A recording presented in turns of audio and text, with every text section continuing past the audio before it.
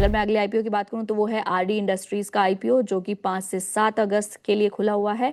और इसके साथ ही इसका प्राइस बैंड 50 रुपए से 53 रुपए का है। लॉट साइज 281 शेयर्स का है। ये टोटल इशू 426 करोड़ का है, जिसमें से फ्रेश इशू 320 करोड़ है और ऑफर फॉर सेल 106 करोड़ का है। हालांकि इसमें एंकर इन्वेस्टर्स ने जो बिड की थी वो 127 करोड़ रुपए के करीब आरडी इंडस्ट्रीज उनसे रेज कर चुका है। बाकी जो पैसा है वो अब मार्केट में बचा हुआ है। अब देखना होगा कि इस आईपीओ पर। मैम आप बताइए कि आपकी क्या राय है फिलहाल इस आईपीओ पर।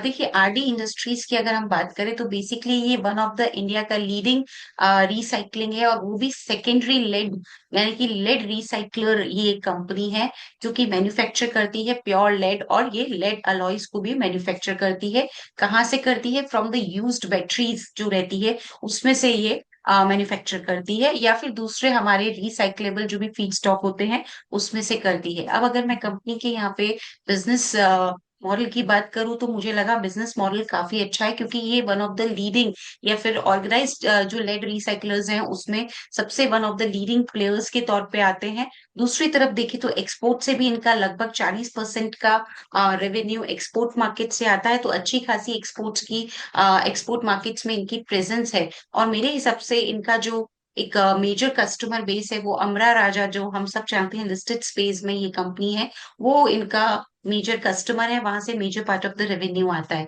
देखा जाए तो फाइनेंशियल परफॉर्मेंस भी मुझे यहाँ पे काफी मजबूत लगी, क्योंकि आरडी इंडस्ट्रीज में जो हमने यहाँ पे ग्रोथ देखी है स्पेशली लास्ट 2 से 3 सालों में, वो ग्रोथ एक कमेंडेबल ग्रोथ मानी जाएगी, चाहे से मैं top line bottom line operating level पे बात करूं। और ये जो ग्रोथ आई है ये इनके पीओस से भी काफी ज्यादा मजबूत है।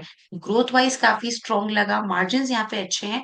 और एक और चीज, वैल्यूएशन भी मुझे यहाँ पे ठीक ठाक लगी, क्योंकि वैल्यूएशन के हिसाब से देखा जाए तो ये 20 प्राइस टू अर्निंग मल्टीपल पे आ रहे हैं। और ये जो 20 प्राइस टू अर्निंग मल्टीपल है ये रीजनेबल लगता है, अगर मैं इनको लिस्टेड स्पेस की कुछ कंपनीज के साथ कंपेयर करूं, जिसमें कि ग्रेविटा आ जाता है, पॉन्डी ऑक्साइड आ जाता है, जेन रिसाइकलिंग आ जाता है, तो उस हिसाब से इन्होंने यहाँ पे प्राइसिंग भी डिसेंट की है। सो ओवरऑल एक अच्छा इश्यू है, बिल्कुल सब्सक्राइब की राय हमारी तरफ से है। लिस्टिंग गेन के लिए भी लगाइए, लंबी अवधि के लिए भी लगाइए।